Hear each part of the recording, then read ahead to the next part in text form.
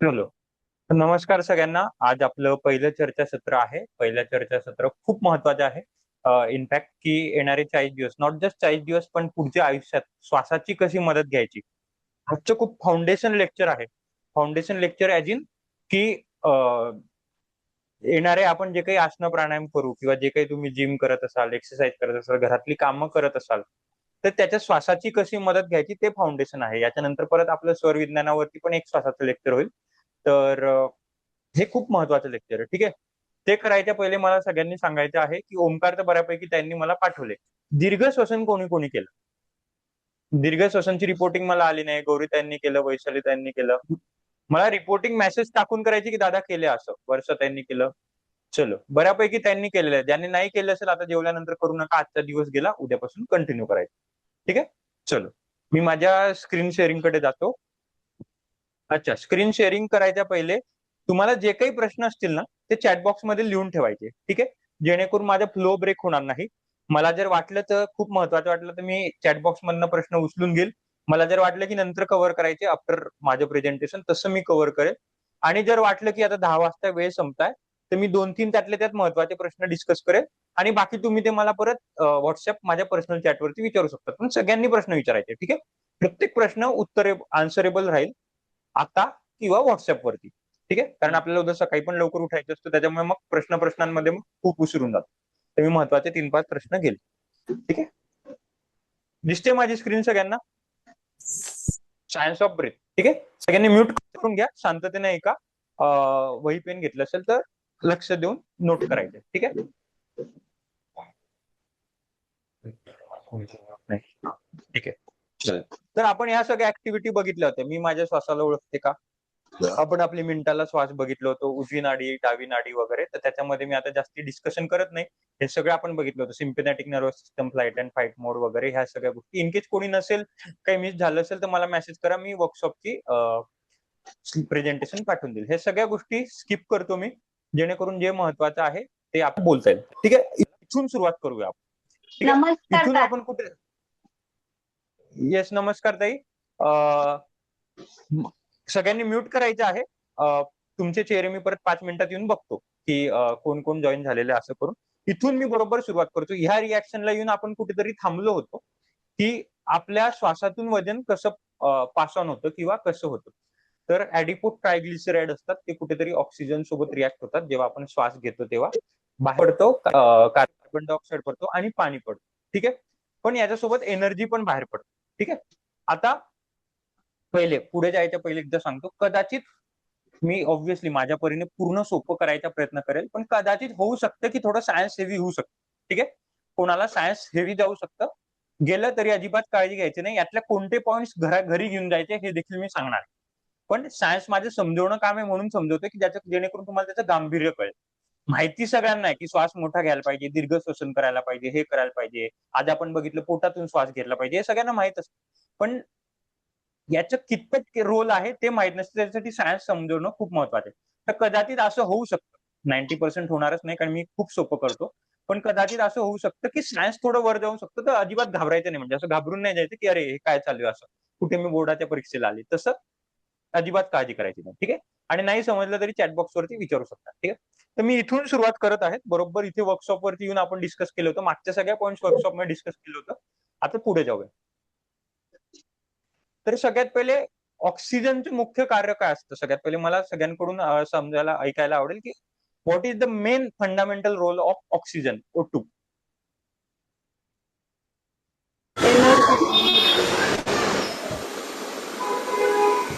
Energy energy देतो.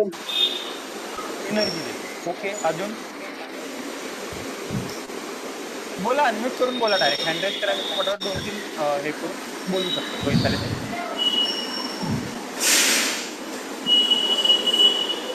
आवाज नाही ऐकू आला. बाकी ताई म्यूट करा. सगळे म्यूट करा. फक्त जे उत्तर देता ना त्यांनीच अनम्यूट करा. म्हणजे बाकीच्यांना डिस्टर्ब नाही. कारण मी कानात इयरफोन लावले ना, मला एकदम आवाज येतात. येस. बताव. ऑक्सिजन एनर्जी देतात. ऑक्सि अजून ऑक्सिजन म्हणजे प्राण. ऑक्सिजन म्हणजे प्राण. ओके. अजून आणि other thoughts apart from this? Yes Mridul ताई. हा, अन्न आपण जे खातो तर त्याचं जे पूर्ण सार रक्तामध्ये उतरतं ते सगळ्या शरीरामध्ये व्यवस्थित पुरवणं. ओके. आणि तिसरं, व्हेरी गुड, व्हेरी गुड. अजून कोणाला चौथं, apart from all this thing, चौथं कोणाची दृष्टिकोन, भूमिका? रक्त ऑक्सिजनचं निर्मितीत कार्य काय? महत्त्वाची भूमिका आहे ऑक्सिजनची. रक्त निर्मितीसाठी की रक्त प्रवाहासाठी? दोन वेगवेगळ्या गोष्टी आहेत.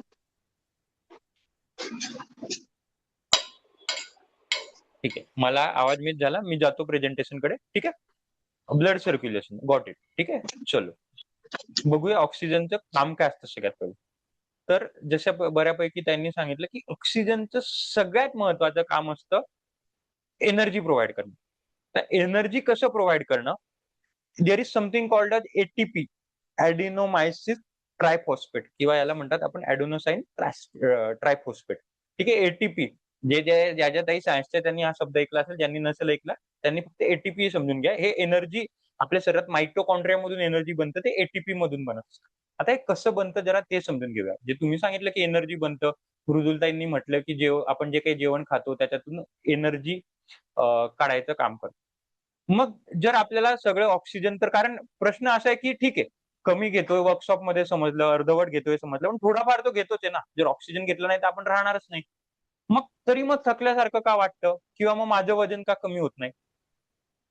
हे प्रश्न तर कुठेतरी अनआन्सरेबल राहतातच. ठीक आहे, पूर्ण घेत नाही, 100% इफिशियन्सी घेत नाही, ऑक्सिजन तर घेतोच आहे ना. तरी मग का थकल्यासारखं वाटतंय? ऑक्सिजन आता आपण बघितलं की एनर्जीचं काम करतो, एनर्जीची भूमिका आहे एटीपी मध्ये, याच्यामध्ये डिटेलमध्ये जाणार आहे. मग तरी का थकल्यासारखं वाटतं? कमी पडतं शरीराला ऑक्सिजन पुरवठा कमी पडतो. ओके, अजून? ब्रेन पर्यंत ऑक्सिजन पुरत नाही बऱ्याचदा, जिथनं ब्रेन मेन पर्यंत ऑक्सिजन पोहोचत नाही. सगळ्या ऍक्टिव्हिटीज चालतात, म्हणजे इंडिकेशन्स ओके, मिळतात. ठीक आहे. Apart from that any other thoughts?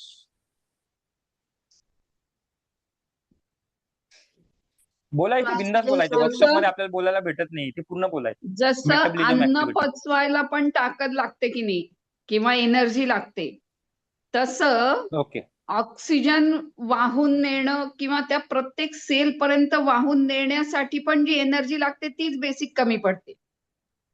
कमी पडतं. ओके, ठीक आहे. Apart from any other thoughts, last thoughts? Blood काही त्याच्या व्यतिरिक्त? सर्क्युलेशन, हा. ब्लड सर्क्युलेशन, लंग्सची capacity.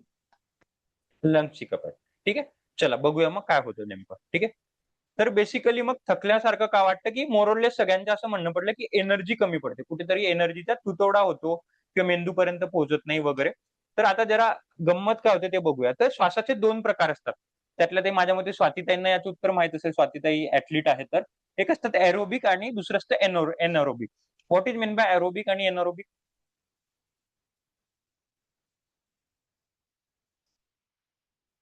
What is mean by aerobic respiration and what is mean by anaerobic respiration? आपण सगळ्यांनी पाचवीत शिकलेलं आहे, पाचवीचा धडा होता आपल्याला. ज्यामध्ये Aerobic. फिजिकल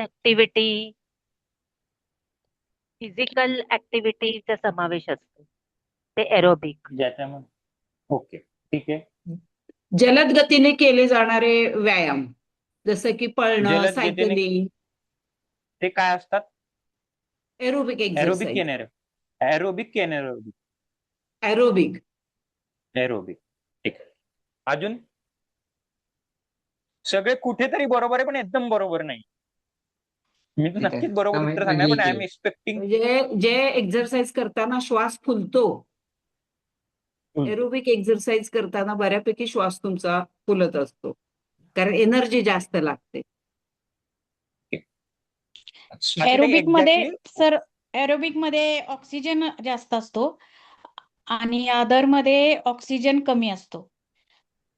व्हेरी गुड, कमी व्हेरी गुड. इंटेक केला स्वातीताई, जातो. तुम्ही जे म्हटलं त्याचं एक्झॅक्टली उलट असतं. एरोबिक मध्ये श्वास फुलत नाही, एरोबिक मध्ये श्वास इनफ, ऑक्सिजन इनफ प्रमाणात असतं. एनरोबिक मध्ये श्वास कमी पडतो ऑक्सिजन, म्हणून आपला श्वास फुलतो. ते कसं फुलतो ते जरा बघू. आता हे जे मी सांगणार आहे ना, हे सगळ्यांनी लक्ष देऊन ऐकायचं. इथेच आता आपलं सगळं फॅट्स, एनर्जी, थकवा काय येतो, फॅट्स कसं कमी करायचं, ते सगळं आता पुढच्या स्लाइड मधून उत्तर मिळणार आहे. खूप महत्वाचं आहे. ठीक आहे, इथे तुम्ही घरातल्या काम करताना एक्सरसाइज करो की ना करो, इथून तुम्ही सगळा तुमचा गट लढाई जिंकू शकता. तर सगळ्यात पहिले एनरोबिक बघूया. एनरोबिक मध्ये जिथे ऑक्सिजनचा वापरच करत नाही, जसं स्वातीताईंनी सांगितलं, जिथे श्वास फुलतो. आता इथे ऑक्सिजनचा बिलकुल वापर करत नसतं आपलं शरीर, एनरोबिक. मग तिथे कसला वापर करतो? ग्लुकोजचा वापर करतो. ग्लुकोज म्हणजे काय? जसं आता मृदुलताईंनी सांगितलं, की जे काही आपण खातो त्याच्या ऑक्सिजनने करतो, त्याच्याने एनर्जी करतो, पण याच्यामध्ये ऑक्सिजन आपण वापरतच नाही.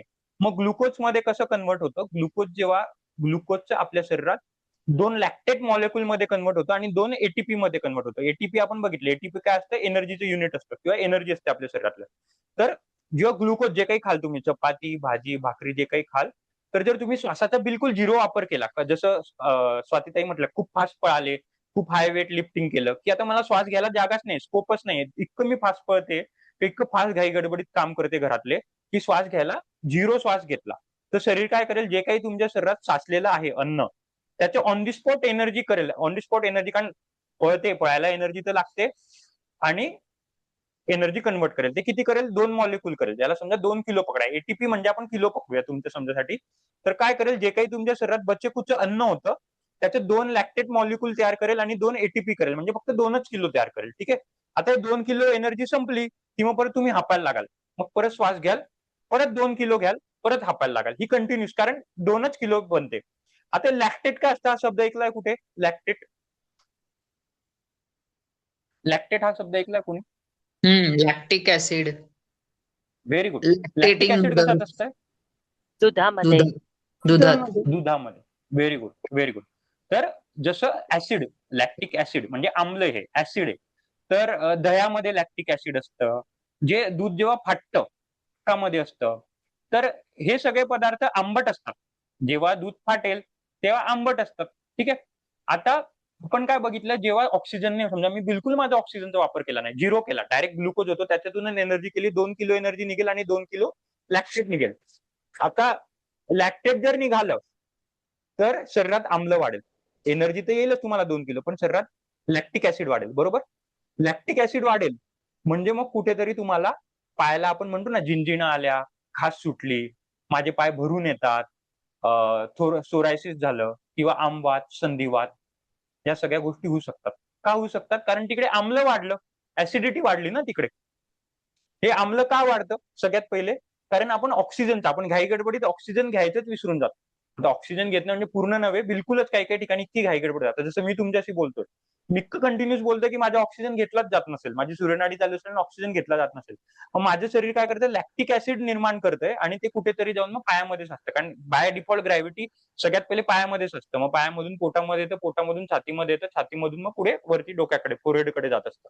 तर ज्यांना ज्यांना पायामध्ये सूज येते, पायामध्ये खाज येते, सोरायसिस, इनफॅक्ट काही काही, नॉट 100% बट थोडं पार्शियली व्हेरिकोज व्हेन, आमवात, संधिवात, जे काही सगळे वातीचे पाय, तर त्यांचं कुठेतरी या लॅक्टिक ऍसिडचं फॉर्मेशन खूप, म्हणून डॉक्टर म्हणतात बघा, आंबट खायचे नाही, थंडीमध्ये आंबट खायचं नाही, पावसाळ्यात आंबट खायचं नाही, वात वाढेल वगैरे. का? आंबट म्हणजे बेसिकली तुमचं लॅक्टिक ऍसिड वाढेल. तर आता एनरोबिक मध्ये, म्हणजे जिथे जिथे आपण ऑक्सिजनचा बिलकुल वापर करत नाही, तिथे तुमच्या शरीरातलं बाय डिफॉल्ट शरीर 2 मॉलिक्यूल लॅक्टिक ऍसिड बनवणार आहे आणि 2 मॉलिक्यूल एटीपी बनवणार. मग त्याच्याने शरीरातलं आम्ल वाढेल आणि हे जसं मी फोटोमध्ये दाखवलंय, दह्याच्या फाटासारखं दाखवलंय, फर्मेंटेशन होतं बेसिकली आपल्या शरीरात आणि मग पायात जळजळ होते किंवा वात तयार होतो. हे सगळ्यात पहिलं कारण म्हणजे आपण श्वास घेत नाही, म्हणून जे काही बच्चेकुचे असतं त्याच्यातून ग्लुकोज मध्ये कन्वर्ट होऊन लॅक्टिक ऍसिड होतं आणि एटीपी निर्माण होतं, 2 मॉलिक्यूल. जे की आपल्याला हवंय की न हवंय, आपल्याला पाहिजे की नाही पाहिजे ही प्रोसेस, ही रिॲक्शन आपल्याला शरीरात हवी आहे की नाही हवी आहे? हवी आहे, कंट्रोल्ड हवी. ही आपल्याला एकदम वर्स्ट सिनेरिओवर हवी आहे. नॉर्मल एव्हरीडे ऍक्टिव्हिटी मध्ये बिलकुल नाही हवी. दररोज कोण लॅक्टिक ऍसिड निर्माण करून घेईल? पण पूर्ण आपलं शरीर वाताने भरून जाईल. वर्स्ट सिनेरिओ म्हणजे वर्स्ट सिनेरिओ, आणि ती इतकी वर्स्ट सिनेरिओ की अजूनपर्यंत मला गॅरंटी की ना तुमच्या आयुष्यात आली ना माझ्या आयुष्यात आलेली आहे. ठीक आहे. प्रत्येक वेळेला आपण थोडाफार, भले एकदम वरच्यावर, म्हणजे मायक्रो सेकंड्स मध्ये का श्वास घेऊन आपण घेतोच. ठीक आहे. त्याच्यामुळे अजूनही परिस्थिती आलेली नाहीये. पण खूप वेळेला कसं होतं की आपण इतकं हाय याच्या इंटेन्सिटीमध्ये असतो, इतक्या गोष्टी पळापळ, लोकल पकडायची असते, हे करायचं असतं वगैरे, तर तेव्हा मायक्रो फ्रॅक्शन सेकंडसाठी ही गोष्ट होत असते. That was about anaerobic. इथे मोस्टली आपण फसत नाही, पण ज्यांना ज्यांना वातीचा त्रास आहे त्यांनी इथे गोष्ट लक्षात घ्यायची की त्यांचा श्वास मोठा असलाच पाहिजे, चुकून पण श्वास झिरो नको व्हायला पाहिजे. ठीक आहे. आता येऊया एरोबिक वर. एरोबिक रेस्पिरेशन जसं ताईंनी सांगितलं होतं की ऑक्सिजनचा इथे वापर करतो. आता ऑक्सिजनचा 2 प्रकारे वापर करतो. आता ही आली पहिली मृदुलताईंची रिॲक्शन की जिथे आपण जे काही अन्न खातो C6H12O6 again it is glucose आहे. जेव्हा ग्लुकोज आपण अन्न खातो त्यात ऑक्सिजन सोबत रिॲक्ट होतं, अगेन कार्बन डायऑक्साईड होतं, H2O ऑक्साईड होतं आणि एटीपी. किती एटीपी तयार होतं इथे?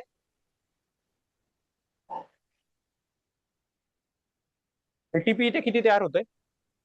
30, 32, व्हेरी गुड. मागच्या वेळेला किती तयार झालेलं विदाउट ऑक्सिजन? 2. 2. बरोबर आहे. म्हणजे न ऑक्सिजन अक्षयापेक्षा इकडे जेव्हा ऑक्सिजनचा वापर जेव्हा आपण वाढवला तेव्हा शरीरात एनर्जी वाढली. बरोबर.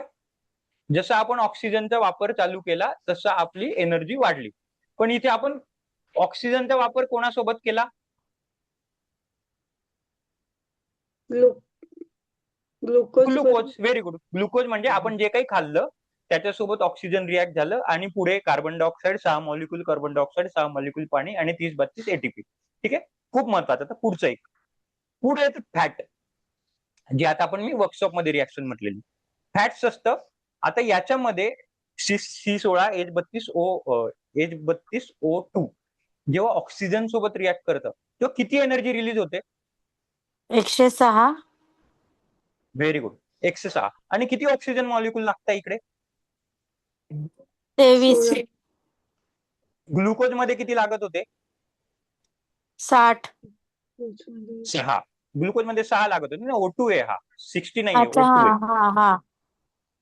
मागे किती लागत होते मागच्या स्लाइड मध्ये ऑक्सिजन? लक्षात 0. एनरोबिक होतं ना, त्याच्यात ऑक्सिजनचा आपण वापरच करत नव्हतो. 0 ऑक्सिजन होता. जेव्हा 0 ऑक्सिजनचा वापर केला तेव्हा 2 एटीपी रिलीज झाले. 6 ऑक्सिजनचा वापर केला तेव्हा 32 एटीपी रिलीज झाले. 23 ऑक्सिजनचा वापर केला तेव्हा 106 एटीपी रिलीज झाले. यातून काय समजतं? इससे क्या समझ में आता है? बहुत इंपॉर्टंट आहे. ऑक्सिजन वाढवायला पाहिजे. ऑक्सिजन वाढवायला पाहिजे. ओके. जेव्हा ऑक्सिजन वापरतो तेव्हा जितका जास्त रूपांतर एटीपी मध्ये जास्त होतं. अजून डीप ब्रीदिंग केलं पाहिजे. अजून काय केलं पाहिजे ते नका सांगू. याच्यावरून काय कळतं ते मला सांगा की याच्यावरून काय कळतं. काय केलं पाहिजे ते सोडून द्या. ह्या 2 रिॲक्शन वरून तुम्ही डोकं लावा. मी सगळे हायलाइट करून ठेवलेले तुम्हाला एक थॉट प्रोसेस करायसाठी की नेमकं काय हवं. ऑक्सिजन वाढवला की एटीपी वाढतात. एनर्जी वाढवली पाहिजे, त्याच्यासाठी आपल्याला ऑक्सिजन वाढवला पाहिजे. तरी मला एक्सपेक्टेड आन्सर येत नाही. जास्त ऑक्सिजन वाढवला की एटीपी वाढतात म्हणजे एनर्जी वाढते. हे सगळं बरोबर आहे पण अजून एक्सपेक्टेड आन्सर येत नाही. सर, विचार करा. उत्तर द्यायला घाई नका करू. जास्त ऑक्सिजन वापरला की जास्त एटीपी खर्च होतो का? तरी मला उत्तर मिळालं. उत्तर तुमचं बरोबर आहे पण जे अपेक्षित आहे ते नाही मिळालं. दीर्घ श्वसन मला स्क्रीन केलं शेअरिंग पण बंद नाही करता येत. काय म्हणतात ताई? दीर्घ श्वसन केलं ना की ऑक्सिजन वाढतोय. ऑक्सिजन वाढला की एटीपी पण वाढतं. ते ठीक आहे तरी उत्तर नाही मिळालं मला. तुम्ही रिॲक्शन कडे बघत नाही. नीट विचार करून बघा. जेवढा ऑक्सिजन जास्त तेवढे एटीपी जास्त मिळेल. ठीक आहे पण वारंवार तेच उत्तर रिपीट होत आहे. मला ते उत्तर ते ठीक आहे. ते समोर दिसतंय मला ते. कार्बन विचार करा. डायऑक्साईडचं पण प्रमाण ते जे आहे ते वाढतंय. ऑक्सिजनचं प्रमाण वाढलं की आपण कार्बन डायऑक्साईड पण बाहेर टाकतोय. प्लस वॉटर रिटेन्शन जे आहे ते पण वाढतंय. ठीक आहे. Still I am not on my answer. तुम्ही सांगा मी तुम्हाला एका मिनिटात सांगू शकतो पण मला तुम्हाला विचार करायला भाग पाडायचं. जेवढा जास्त ऑक्सिजन होतं तेवढी जास्त एनर्जी क्रिएट होते. ग्लुकोजशी रिलेटेड आहे का सर? ग्लुकोज आणि फॅट जे आहे ते वापरलं तरी पण आपलं जे बॉडी फॅट जे वाढणार आहे, समजा जर आपण अनेरोबिक जर रेस्पिरेशन आपलं असेल तर ते त्याच्यामध्ये जे आपलं बॉडीमध्ये जे फॅट साचून राहत ते इथे साचणार नाहीये. इसमें हो बट आंसर छूके वापिस आए हो. अच्छा. टच करके वापिस आए हो but still not on answer. Body मधला फॅट वापरला जात आहे ना सर. फॅट कमी वरती व्हायला कुठे वाढतं. वापरले जाते, तर पण हे वरती कुठे दोन्ही वापरले जाते, ग्लुकोज लेवल किधर किधर यूज हो रहा है फॅट्स. दोन्ही ग्लुकोजचे फॉर्म्युले मात्र वेगळे आहेत. तिथे वरती C6H12O6 आहे आणि खालती C16H32 आणि O2 आहे. म्हणजे ग्लुकोजचे काही वेगळे फॉर्म्स आहेत का हे? पहिलं जे आहे हे जे आहे हे ग्लुकोज आहे आणि हे जे हा. आहे हे फॅट आहे. फॅट आहे. ठीक आहे, अच्छा, ओके. आता सांग. म्हणजे फॅट बर्न करायला जास्त ऑक्सिजन लागतो. Very good, this is the aerobic answer what I movement. Was expecting. तर जोवर तुम्हाला फॅट बर्न करायचं असेल, आता आपला काय आपण काय म्हणतो इतक्या दिवसापासून वर्कशॉप मध्ये मी तुम्हाला हेच प्रूव्ह करून दिलं की तुमचा श्वास मोठा नाहीये. मग मोठा नाहीये म्हणून काय होतं की तुम्ही जे काही खाता त्यालाच श्वास उचलतो आणि पुढे एनर्जी मध्ये टाकून देतो. जेव्हा श्वास मोठा घ्याल तेव्हाच तो तुमच्या फॅटला जाऊन लढाई करेल. श्वास मोठा घेतला नाही, अपूर्ण पडला, तर तो काय करेल, सरळ सरळ जे काही ग्लुकोज घेतले C6H12O6 त्याच्यासोबतच रिॲक्शन करून 30-32 एनर्जी टाकून मोकळं होऊन जाईल. पण त्याच्यातून तो किती एनर्जी देईल, 30-32च, म्हणून आपल्याला थकल्यासारखं वाटतं. कारण ती सफिशियंट नाही. आपल्याला किती पाहिजे, 106. जास्तीत जास्त एनर्जी कोणती, 106. पण ती जास्ती एनर्जी केव्हा मिळेल, जेव्हा आपण आपल्या फॅट सोबत रिॲक्ट करू. पण फॅट सोबत एरवी असं टाइमपास रिॲक्ट नाही करणार आहे, त्याच्यासाठी मोठा श्वास हवा. 23 मॉलिक्यूल हवे ऑक्सिजनचे. इथेच आपली सगळ्यात जास्ती गडबड होते. आपला सिन्स मी तेच म्हटलं, सुरुवातच अशी केली, ऑक्सिजन तर आपण सगळेच घेतोय, मग का आपल्याला वीक वाटतं? कारण ऑक्सिजन अपूर्ण घेतोय. ऑक्सिजन शून्य घेतोय का? नाही. जर ऑक्सिजन शून्य घेत नाही तर मागची केस येत नाही लॅक्टिक ऍसिडची. म्हणजे ऑक्सिजन थोडा तरी घेतोय आपण, अर्धवट का होईना थोडाफार घेतोय. मग जेव्हा अर्धवट घेतो तर तो काय करतो, आपण जे काही अन्न खातो, नाश्ता करतो, हे करतो, तर त्याच्याशी रिॲक्ट करून तुम्हाला 30-32 में सस्ते में निपटा देत आहे. म्हणून आपल्याला वाटतं की थकल्यासारखं वाटतं. पण मग आपलं फॅट्स म्हणून बर्न होत नाही. मग कितीही आपण जिमला जातो, किती एक्सरसाइज करतो, किती योगासनं करतो, पण मग ते काय करतं, आधे से रिॲक्ट करके आधे में चला जाता है. आपल्याला काय करायचंय, पूर्ण जास्ती ऑक्सिजन घ्यायचा आहे. जेव्हा जास्ती ऑक्सिजन घ्याल तरच ते तुमच्या फॅट सोबत छेडछाडी करेल. दॅट इज पॅल्मॅटिक ऍसिड सोबत छेडछाडी करेल. अर्धवट श्वास घेतला तर ते एरोबिक ग्लुकोज सोबत होऊन मोकळं होऊन जाईल. खूप महत्वाचं आहे. ही झाली पहिली प्रोसेस. आता दुसरी प्रोसेस म्हणजे, आता खूप वेळेला काय होतं की आता उलट येऊया थोडं. आता आपण कसं गेलो, C6H12O2 आणि पुढची रिॲक्शन बघितलं, तर उलट येऊया. आता जर याला असं समजा, पहिला कन्सेप्ट समजला की फॅट सोबत कसं खेळायचंय. त्यातल्या त्यात स्वातीताई तुम्हाला काय, हा तुम्हाला स्पोर्ट्स ऍक्टिव्हिटीमध्ये खूप यूज पडणार आहे. कारण एनर्जी तर सगळ्यांनाच हवी आहे. एनर्जी तर आपल्याला चालता फिरताना पण हवी आहे, सगळ्यांनाच हवी आहे. पण मॅक्सिमम एनर्जी, सगळ्यात जास्त 105 एनर्जी कुठे मिळते, मॅक्सिमम एनर्जी फॅट्स मधूनच मिळते आपल्याला. तर ही मॅक्सिमम एनर्जी एनहान्स करायची आपल्याला, ती कसं, जास्ती ऑक्सिजन घेऊन. जर अर्धवट श्वास घेतला, जो एव्हरीडे मध्ये घेतोय, तर तो काय करेल, सरळ जे काही खातो पितो त्याच्यासोबत करून विषय मोकळा करून टाकेल. पहिली गोष्ट. आता रिव्हर्स येऊया, म्हणजे एनर्जी पासून ऑक्सिजन कडे जाऊया. आता पण सर काय आहे, एक तर मिनिट हा हा सर, एक मिनिट. पण तुम्ही जेव्हा फास्ट ऍक्शन्स करता, म्हणजे जलद गतीनं पळता, त्यावेळेला फास्ट दीर्घ श्वास, अधिक श्वास घ्यायचा म्हणजे दीर्घ श्वास, तो घेणं शक्य होत नाही ना, फास्ट ऍक्टिव्हिटीज तुमच्या असतात तेव्हा. Very good, this is good question. आता याच्यामध्ये कसं माहितीये का की कसं मी सांगू, याला एक असं उदाहरण समजा की जसं स्वातीताईंनी म्हटलं की तुम्ही जर व्हॉट्सअप कंटिन्यूस वापरताय, कंटिन्यूस व्हॉट्सअप वापरताय, युट्यूब वापरताय, तर बॅटरी तर ड्रेन होणारच आहे. श्वास तर संपणार आहे, बॅटरी तर ड्रेन होणार आहे. पण काय वेळेला त्या मुवमेंटला मी काही करू शकत नाही. पळते तर श्वास लागणार आहे, दम लागणार आहे, त्या मुवमेंटला मी काही करू शकत नाही. Very good, as simple as that. पण एरवी अपार्ट फ्रॉम व्हॉट्सअप चालवतो, जेव्हा आता माझा मोबाईल सांगते मी तुमच्याशी लेक्चर घेतो, चार्जिंग बरोबर 90% येऊनच थांबायची. त्याच्यावरती झालं तर बॅटरी गरम होईल किंवा पर्यंत चार्जिंग येऊ द्यायचे नाही. बेसिक बॅटरीचे काही नियम असतात आपले की ज्याच्याने बॅटरी लाईफ वाढते, बॅटरीची सेल्फ लाईफ वाढते, बरोबर. ते जर नियम पाळले तर कदाचित जेव्हा आपण व्हॉट्सअप चालवू तेव्हा जो हा नियम पाळत नसेल त्याची 5 मिनिटात 10% बॅटरी ड्रेन होईल, आणि जो मी नियम पाळत असेल हे 90%चे 5%चे, तर ती कदाचित माझी 15 मिनिटं बॅटरी चालेल. म्हणजे ऍज कम्पेअर टू जो नियम नाही पाळत आहे तो लवकर दमणार नाही. दम तर लागणार आहे, कारण ऑब्व्हियसली ऑक्सिजन त्याच्यावरती पण मिळणार आहे. ऑक्सिजन तर लिमिटेड आहेच. एक्झॅक्टली एक्झाम्पल मी देणार आहे. मी कासव सस्याचं पण एक्झाम्पल देणार. दम लागणार आहे कारण लिमिटेड आहे. तुम्ही घेऊन का, आपण अनलिमिटेड साठा घेऊन तर पळू नाही शकत. कुठेतरी येऊन माणूस स्टॉप करेल. बट नाव इट डिपेंड्स की तुम्ही कोणत्या मुवमेंटला येऊन स्टॉप होता, तुम्हाला कोणत्या मुवमेंटला येऊन दम लागताय. म्हणून जे पण मॅरेथॉन रनर्स असतात, जे प्रॉपर ऍथलीट रनर्स असतात, त्यांची लंग्स कपॅसिटी का वाढवतात, जे स्विमिंग करतात लंग्स कपॅसिटी का वाढवतात, कारण ते VO2 मॅक्स वरती काम करतात, ते याच्यावरती काम करतात. त्यांना फॅट्स कुठेच नसेल, तुम्ही जर बघितलं असेल तर त्यांचे फक्त फॅट्स युटिलाइज करत असतात, फक्त मसल मास असतो त्यांचा. जे काही फॅट्स आलं ते लगेच ते एनर्जीने युटिलाइज करतात, त्यांना लंग्स कपॅसिटी वाढलेली असते. कळालं उत्तर? येस. ठीक आहे, चलो पुढे जाऊया. हा, तर मी कुठं होतो, मी रिव्हर्सवर येत होतो. तर आता आपल्याला एवढं कळालं की जर जास्ती एनर्जी हवी असेल तर फॅटचा वापर करावाच लागेल. म्हणून आपल्याला थकवा येतो आतापर्यंत की आपण जास्ती एनर्जी फॅटचा वापर करत नव्हतो. आता पिछे आते. मग आता नुसतं ऑक्सिजन, मी जर म्हटलं नुसतं श्वसन घेतलं, नुसतं दीर्घ श्वसन घेतलं तर माझे फॅट्स वितळेल का?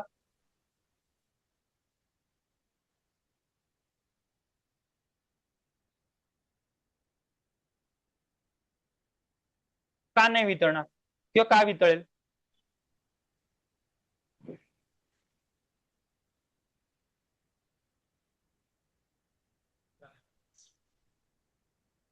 तर मला हे माझे सांगा, कुत्र मांजर मागे लागल्याचे येस, कॅलरी बर्न होणं आणि फॅट बर्न होणं यात नेमका फरक काय आहे? Calorie is the unit of energy. Calories Yes. तुमचं ग्लुकोज मधून पण बनवू फॅट्स मधून पण बनवू शकतो. तेच पाहिलं आपण. ग्लुकोज मधून होतंय ते किती 32 मॉलिक्युल कॅलरी बनवतंय आणि फॅट्स मधून होतंय ते 105 होतंय. दोघींकडे कॅलरीजच बनवत आहे. कॅलरीज म्हणजेच एनर्जी बेसिकली. एनर्जी येते कुठून आहे? तुमचा घाम जो गळतो ते सगळं येतो, तो कसा तरून बर्न होतोय. सी, फॅट्स अँड ग्लुकोज हे तुमचं पेट्रोल आहे गाडीचं. मग तुम्ही हा मला प्रश्न विचारला की पेट्रोल आणि रॉकेल मधला फरक काय? दोघी डिझेलच आहे, इंधनच आहे. फक्त रॉकेलने कमी मायलेज मिळेल आणि पेट्रोलने चांगला मायलेज मिळेल. आणि आता नितीन गडकरी का शिव्या खाताय? कारण मध्ये इथेनॉल ब्लेंडिंग आलं, सगळं आलं, अजून मायलेज कमी झाला. तर बेसिकली मला काय सांगायचंय की जसं जसं तुमचं हे इफिशियन्सी म्हणजे फॅटचा वापर कमी होणार तसं तसं तुमचा एनर्जी जे आहे ते कमी हे होणार. हा, तर माझा जो प्रश्न होता की इज दॅट मीन की मी खूप जर दीर्घ श्वसनच करत बसले दिवसभर तर माझं फॅट्स बर्न होईल? Does that mean? If yes then tell me reason, if not then tell me that reason also.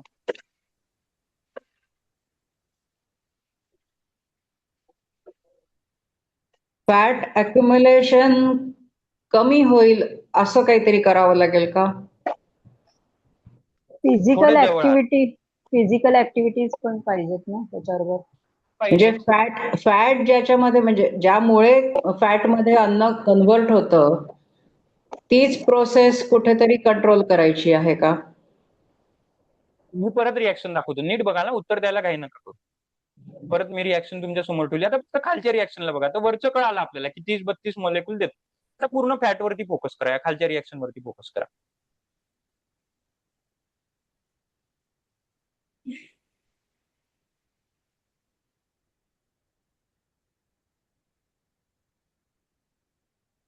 दीर्घ मी श्वसन सांगतो उत्तर. मी सांगतो उत्तर. हिंट देतो, तुम्हालाच उत्तर सांगायचं. तुम्हाला उत्तर सांगितल्याशिवाय मी सोडणार नाही आज कोणाला. ठीक आहे.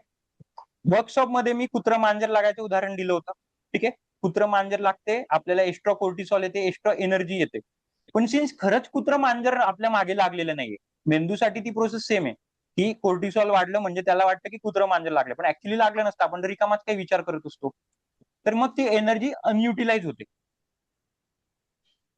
बरोबर, कारण ऍक्च्युली आपण पळालो नाही ना. कुत्र मांजर लागलं असतं तर आपण पळालं असतं. मी तुम्हाला 10 किलोमीटर प्रति घंटा पळायला लावलं होतं, ते 5 फुटावरून उडी मारायला, पण जे की आपण पळालो नाही. तर आता गंमत काय होते, नीट लक्ष देऊन ऐक. जेव्हा तुम्ही दीर्घ श्वसन घेतला तर तो बिचारा काय करेल, त्याचं कामच आहे. जेव्हा मोठा श्वास पडला तुमचा तर तो बिचारा फॅट सोबत रिॲक्ट करेल आणि एक्सेसाय एटीपी एनर्जी सोडून देईल. त्याचं कामच ते की एक्सेसाय एटीपी रिलीज करेल. But now it is our responsibility to use this 106 ATP. जर आपण ही यूज नाही केली तर परत रिॲक्शन रिव्हर्स होऊन जाईल आणि परत फॅट्स मध्ये चाललं जाईल. कळतंय माझं काय म्हणणं आहे? रिव्हर्सिबल असतात ना रिॲक्शन. परत जर एकदा आपण सांगा. ही, मी सांगतो आता इथे वरच्या याच्यात काय गडबड होते, एनर्जी खूप छोटी आहे, 30-32 एनर्जी. आपण जे काही खातो त्याच्यासोबत ऑक्सिजन रिॲक्ट होतं आणि 30-32 एनर्जी बनते. ठीक आहे, सोपं आहे जे आपण खातो ते. आणि 30-32 ही साहजिक खर्च होऊन जाते, बोलताना, स्वयंपाक बनवताना, खाताना, पिताना. छोटीशी एनर्जी आहे ना, इतकुशी तो एनर्जी आहे आणि ती पण आपल्याला कमी पडते म्हणून थकल्यासारखं वाटतं. पण जेव्हा फॅट्स, जेव्हा आपण खरंच मोठा ऑक्सिजन घेतो तेव्हा आपण काय म्हटलं, मोठा ऑक्सिजन घेतो तेव्हा फॅट सोबत रिॲक्ट करतो. म्हणजे तो फॅट सोबत रिॲक्ट करतो ना, तेव्हा तो काय करतो, 106 एनर्जी सोडतो. इतकी मोठी एनर्जी सोडतो. आता ही एवढी मोठी एनर्जी सोडली तर ही आपण खर्च पण करायला पाहिजे ना. जर ही खर्च नाही केली, जसं कुत्रं मांजर मागे लागल्यावर आपण पळालोच नाही, तर काय होईल, 106 एनर्जी तशीच पडून राहील आणि परत रिव्हर्स रिॲक्शन येईल आणि फॅट्स मध्ये अक्युमुलेट होऊन जाईल. मग कुठेतरी व्यायाम करायला लागणार आपल्याला. एक्झॅक्टली. मग फिजिकल तिथे पार्ट ऍक्टिव्हिटी, येतो योगासनं, आसन, प्राणायाम, जिम, योगासनं. वॉकिंग, तिथे पार्ट येतो. म्हणजे मला काय सांगायचं, नुसतं ऑक्सिजन ऑक्सिजन घेऊन चालेल का? नाही नाही. नुसतं योग करून चालेल का? नाही. ऑक्सिजन पण नाही. तेवढाच महत्वाचा आहे. मोठं ऑक्सिजन घेऊन पण तुम्हाला म्हणून आपण आता हळूहळू सूर्यनमस्कार घालणारे, पूरक हालचाल, जे आता बिलकुल काहीच घालू शकत नाही, त्यांना मी वॉकिंग देणार आहे. उद्याच आपलं वॉकिंगचं सत्र आहे, सगळं देणार आहे. म्हणजे मला सांगायचा अर्थ होता, की आपल्याला मोठं ऑक्सिजन घेणं पण महत्वाचं आहे, पण एक्सरसाइज पण तेवढीच महत्वाची आहे. सोपं विज्ञान आहे, खूप सोपं विज्ञान आहे. एक छोटीशी केमिकल रिॲक्शन आहे, पण जर आपला ऑक्सिजन शॉर्ट झाला, तर तो तुमचं फॅट्स वापरणार नाही. तो काय करेल, ग्लुकोज वापरेल, सरळ 30-32 सोडेल. 30-32 तुम्ही केव्हा बसल्या बसल्या वापरून घ्याल, तुम्हाला कळणार पण नाही.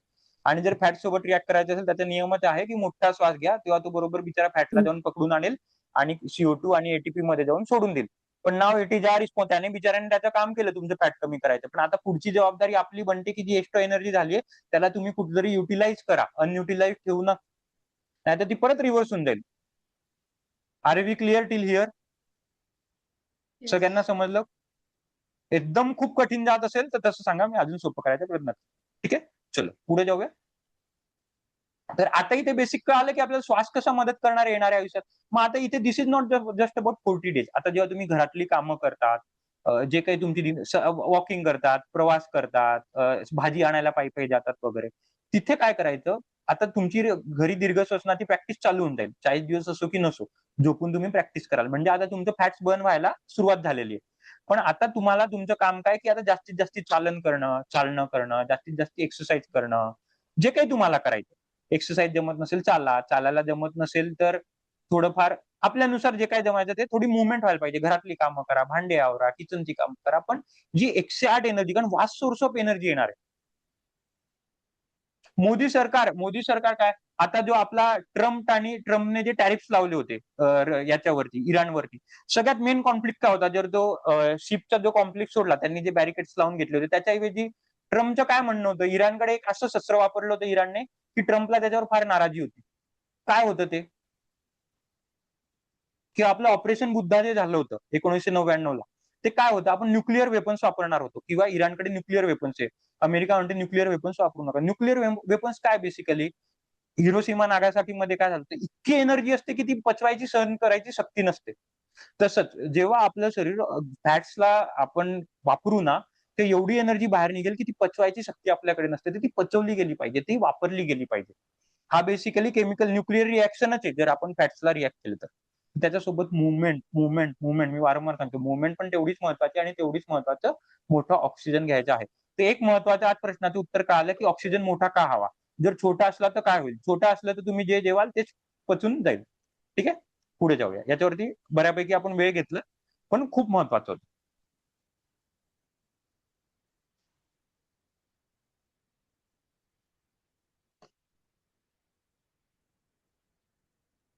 हेच उदाहरण जे आता स्वातीताईंनी म्हटलं होतं इथेच येतं. म्हणून आता आपण लहानपणी, याच्यात काही विज्ञान नसतं, पण मी सांगायसाठी सांगतो की म्हणून कासव जिंकला होता, ससा नव्हे.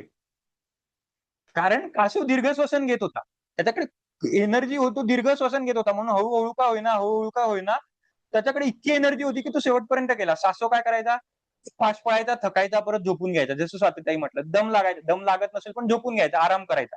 आपण पण तसंच करतो ना, जेव्हा पदयात्रेला जातो, परिक्रमेला जातो, फास्ट फ्लो मध्ये चालतो, मग थकतो, बसून घेतो. पण सासव काय होता, दीर्घ श्वसन घ्यायचा, हळूहळू चाललंय बिचारायचं. आपण पाहिलं टॉर्टॉइसचं वर्कशॉप मध्ये उदाहरण.